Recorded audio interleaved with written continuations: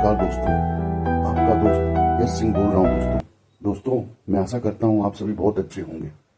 आपको यह बताते हुए दोस्तों बहुत बहुत ही खुशी हो रही है कि भारत की राजनीति पूरी हमारी पॉलिटिकल स्ट्रेटेजी के हिसाब से चल रही है दोस्तों। और जब भी हमारी पॉलिटिकल स्ट्रेटेजी के हिसाब से अलाइन होकर कांग्रेस पार्टी चुनाव लड़ती है तो उसे जबरदस्त फायदा होता है। जैसे कि कांग्रेस पार्टी को कैसे 2024 में other like minded political parties के साथ मिलकर चुनाव लड़ना चाहिए था, तो उसी प्रकार से कांग्रेस पार्टी ने इंडिया अलायंस का गठन कर चुनाव लड़ा और अच्छी तरह जीत हासिल की। और वही जीत दिखी ऑपोजिशन को 2024 के चुनाव में। उसका लिंक मैं डिस्क्रिप्शन में डाल दूंगा दोस्तों फॉर प्रूफ, जिसे आप भी देख सकते हैं। उसी तरह हमने पॉलिटिकल स्ट्रेटेजी बताई थी कि कांग्रेस पार्टी कैसे जीत सकती है उन राज्यों में जिन स्टेट्स में ओनली कांग्रेस वर्सेस बीजेपी होता है 1:1 बेसिस पर, जैसे कर्नाटका। तो दोस्तों उसी पॉलिटिकल स्ट्रेटेजी से अलाइन होकर कांग्रेस पार्टी लड़ी कर्नाटका में और उसे अच्छी जीत हासिल हुई और बहुत ही अच्छी जीत मिली। डिस्क्रिप्शन में मैं वीडियो लिंक डाल दूंगा दोस्तों for your information and proof, उस वीडियो का जो हमने प्रसारित किया था कर्नाटक चुनाव के पहले। और उस पॉलिटिकल स्ट्रेटेजी के हिसाब से कांग्रेस पार्टी ने चुनाव लड़ा और कांग्रेस को अच्छी खासी कर्नाटका में जीत हासिल हुई। तो दोस्तों ये जो पॉइंट्स मैंने आपको बताए दोनों, ये तो मैक्रो पॉलिटिकल स्ट्रेटेजी मानी जाती है, यानी कि वो पॉलिटिकल स्ट्रेटेजी जो पार्टी अन्य पार्टियों के साथ मिलकर, ठीक है, किस प्रकार से चुनाव लड़े जिससे उसे जीत हासिल हो दोस्तों। यानी कि मैक्रो एनवायरनमेंट में पार्टी के बाहर किस तरीके से चुनाव लड़े, किस तरीके से स्ट्रेटेजी अपनाए। तो ये दोनों पॉइंट तो मैक्रो पॉलिटिकल स्ट्रेटेजी थी जिन पर मैंने बात की। Now coming to the micro political strategy for Congress party, यानी कि पार्टी की इंटरनल पॉलिटिकल स्ट्रेटेजी क्या होनी चाहिए। ठीक है दोस्तों, जैसे हरियाणा चुनाव में जीते हुए मैदान को हाथ से गंवा दिया कांग्रेस ने। क्यों? क्योंकि कांग्रेस पार्टी जो है इस हिसाब से मैक्रो पॉलिटिकल स्ट्रेटेजी के हिसाब से अलाइन नहीं थी जिस हिसाब से कांग्रेस पार्टी को उस माइक्रो हिसाब से जो है अलाइन होना चाहिए था। तो उस लिंक को भी मैं डाल दूंगा दोस्तों, हरियाणा के ऊपर जो मैंने पॉलिटिकल स्ट्रेटेजी अपनाई जानी थी कांग्रेस के द्वारा, जो कांग्रेस पार्टी ने नहीं अपनाई और कांग्रेस की हार हुई।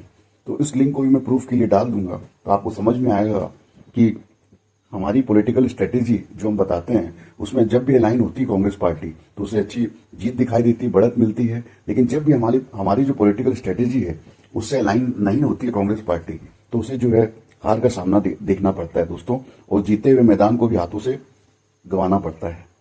ठीक है दोस्तों, तो अब हम बात कर लेते हैं उन पॉइंट्स की जिन पॉइंट्स को अपनाकर राहुल गांधी जी जो है अब फ्यूचर में इन पॉलिटिकल स्ट्रेटेजीज के पॉइंट को अपनाकर राहुल गांधी जी अब फ्यूचर में चुनाव जबरदस्त तरीके से जीत सकते हैं दोस्तों। तो आइए चर्चा करते हैं। इसमें पॉइंट नंबर 1 है कि राहुल गांधी को एक अननोन टीम ऑफ इंफॉर्मेंट्स की बनानी चाहिए, जिसके बारे में राहुल गांधी के अलावा किसी को भी नहीं पता हो। दोस्तों ये मैं आपके सामने एक ऐसी पॉलिटिकल स्ट्रेटेजी बता रहा हूं जिसके बारे में मैं आपके सामने जिक्र भी कर दूंगा तो भी आपको ये पता नहीं लगेगा कि इस स्ट्रेटेजी पर काम हो रहा है और क्या इस स्ट्रेटेजी पे काम किया गया कांग्रेस पार्टी के द्वारा। तो ये एक ऐसी पॉलिटिकल स्ट्रेटेजी है जो आपको, जिसके बारे में आपको मालूम होने के बावजूद भी आप इस स्ट्रेटेजी का पता नहीं लगा पाएंगे कि क्या इस स्ट्रेटेजी को इम्प्लीमेंट किया गया है क्या कांग्रेस पार्टी के द्वारा। तो दोस्तों ये पॉइंट नंबर 1 है। मैं फिर रिपीट कर देता हूं कि राहुल गांधी को एक अननोन टीम ऑफ इंफॉर्मेंट्स की सेल बनानी चाहिए, जिसके बारे में सिर्फ राहुल गांधी के अलावा किसी को भी नहीं पता हो। इसमें हर एक स्टेट के लिए एक मेंबर डिप्यूट होगा, जिसका काम होगा उस स्टेट के पीसीसी यानी कि प्रदेश Congress committee, DCC district Congress committee और टाउन लेवल और ब्लॉक लेवल पर एक सिंपल कार्यकर्ता बनकर घूमना और उस स्टेट की सारी पॉलिटिकल गतिविधि रिलेटेड टू कांग्रेस पार्टी, ठीक है, और pin pointing and selecting the new youth and dynamic people in party and suggesting to Rahul Gandhi, also informing secretly to Rahul Gandhi कि किस कैंडिडेट में एक्चुअली में दम है अपनी एरिया में चुनाव जीतने का compare to other Congress ticket applicants. ठीक है, तो इस सीक्रेट इंफॉर्मेटिव टीम से यह फायदा होगा कि राहुल गांधी को actual, real, unbiased, direct feedback मिलेगा of entire internal politics going on inside party and plans क्या किया है स्टेट में from grass root level to top PCC level, सब इंफॉर्मेशन मिलेगी दोस्तों। That will empower Rahul Gandhi about all in and outs going on in state Congress. तो दोस्तों ये पॉइंट नंबर 1 था जिसके बारे में मैंने आपको बताया। अब पॉइंट नंबर 2 पे आ जाइए। अपने ऑफिस के सारे लोगों को, ठीक है, ये राहुल गांधी जी के लिए फिर पॉइंट नंबर 2 बता रहा हूं स्ट्रेटेजी के लिए, कि अपने ऑफिस के सारे लोगों को पीसीसी या डीसीसी में भेजकर अपने से दूर कर देना चाहिए राहुल गांधी को, और प्रोफेशनल स्टाफ रखना चाहिए जिनका काम सारे ईमेल्स, फोन कॉल्स और अपॉइंटमेंट्स मैनेज करना मात्र है, ना कि खुद से डिसीजन लेने की कोशिश करें राहुल गांधी से कि किससे मिलवाएं और किससे नहीं। ठीक है, their work is just to inform Rahul Gandhi, not to decide of their own. Okay, इससे फायदा यह होगा कि राहुल गांधी खुद जुड़ पाएंगे डिफरेंट पार्टी वर्कर्स एंड लोगों से जिनसे वो खुद मिलना चाहते हैं। Otherwise present people in Rahul Gandhi office are acting as barriers between Rahul Gandhi and people who can benefit party. तो दोस्तों सेकंड नंबर पॉइंट ये था जो बिल्कुल इंपॉर्टेंट तरीके से राहुल गांधी जी को अपनाना चाहिए। Now coming to third point. The third point is selecting and appointing new people in DCC and PCC slowly as per the inputs coming from the secret informative cell as discussed in point 1। इससे धीरे धीरे हर state में Congress party का properly remake हो जाएगा दोस्तों, और groupism break हो जाएगा। तो ये पॉइंट नंबर 3 बहुत इंपॉर्टेंट है दोस्तों। ये फेवरेटिज्म, ग्रुपिज्म जो चलता रहता है स्टेट्स में, इसको ब्रेक करने के लिए। अब आ जाइए पॉइंट नंबर 4 पर। देखिए, राहुल गांधी भी ये जान लें कि इलेक्शन के टाइम बागी होकर वो ही कार्यकर्ता चुनाव लड़ता है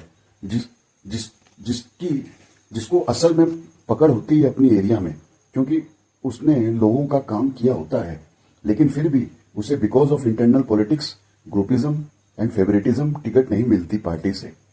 और जान लीजिए, यही बागी वोट्स में सबसे ज्यादा डेंट डालता है पार्टी को। इसी तरह के बागियों की वजह से कांग्रेस ज्यादातर चुनाव हारती है। तो अगर सही कैंडिडेट को टिकट मिलेगी तो वो बागी नहीं होगा, तो जीत मजबूत होगी कांग्रेस की। क्योंकि आपको भी पता होगा और जानकर हैरानी होगी कि जिन कैंडिडेट में दम नहीं होता, जनता से पकड़ नहीं होता, उसमें बागी भी होने का दम नहीं होता। लेकिन जो बागी होते हैं वो वही इंपॉर्टेंट, बहुत स्ट्रॉन्ग कैंडिडेट्स होते हैं जिनको पार्टी के इंटरनल पॉलिटिक्स और इंटरनल ग्रुपिज्म, फेवरेटिज्म की वजह से टिकट नहीं मिल पाती, और वो लोग जो है सबसे ज्यादा वोट्स को प्रभावित करते हैं। यही चीज लेटेस्ट हरियाणा के चुनाव में भी दिखाई दी है दोस्तों। तो ये बहुत इंपॉर्टेंट पॉइंट था ध्यान रखने के लिए।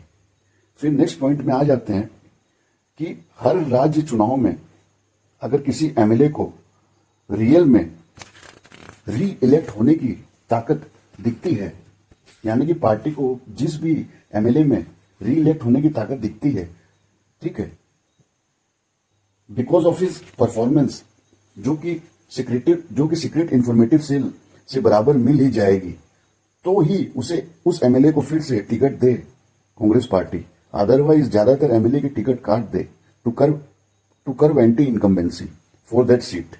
ठीक है दोस्तों, यानी कि जिस भी एमएलए में री इलेक्ट होने का सच में दम होगा, उसी एमएलए को टिकट फिर से दी जाए। ठीक है।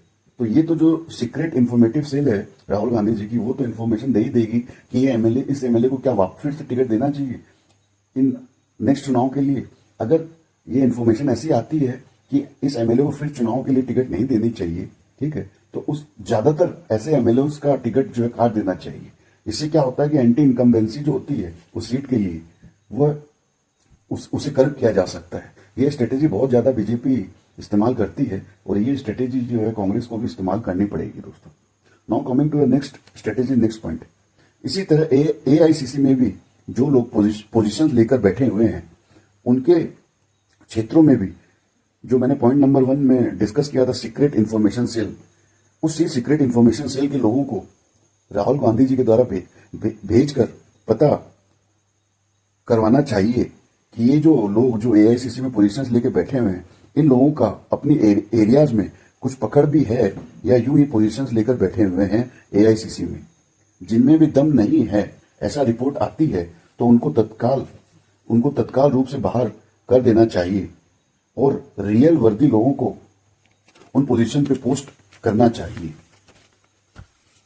तो दोस्तों, इन 6 पॉइंट्स पर मैंने माइक्रो पॉलिटिकल स्ट्रेटेजी को अपनाकर राहुल गांधी जी को ये सजेस्ट किया है और इस पॉलिटिकल स्ट्रेटेजी को अपनाकर राहुल गांधी जी कांग्रेस को रिवैम्प कर सकेंगे, स्टेट्स में स्ट्रॉन्ग होल्ड कर सकेंगे और party internal groupism, favouritism, internal politics को ब्रेक कर सकेंगे। And most importantly, last but not the least, is that Congress को top to bottom secretly revive कर सकेंगे Rahul Gandhi into a strong, disciplined party with only one mission: to win elections and thereby to provide real democracy and successful future to India.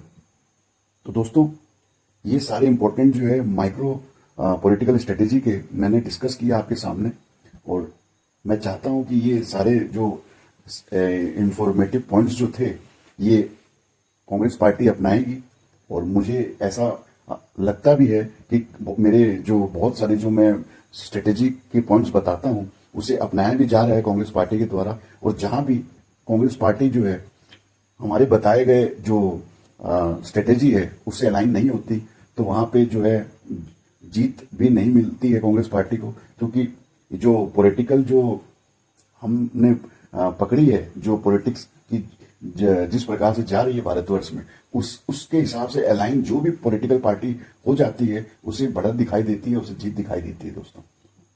तो Congress party के लिए एक बहुत अच्छा हमने बताया सीक्रेटिव इंफॉर्मेटिव एक्ट, जिसे करके कांग्रेस पार्टी जो एक स्ट्रेटेजी वाइज एक नए तरीके से राहुल गांधी जी पार्टी को रिवैम्प कर सकेंगे and this will benefit the entire Congress party and also benefit the long-term success of India in coming future, and it's very much important for the democracy which is really required today in India.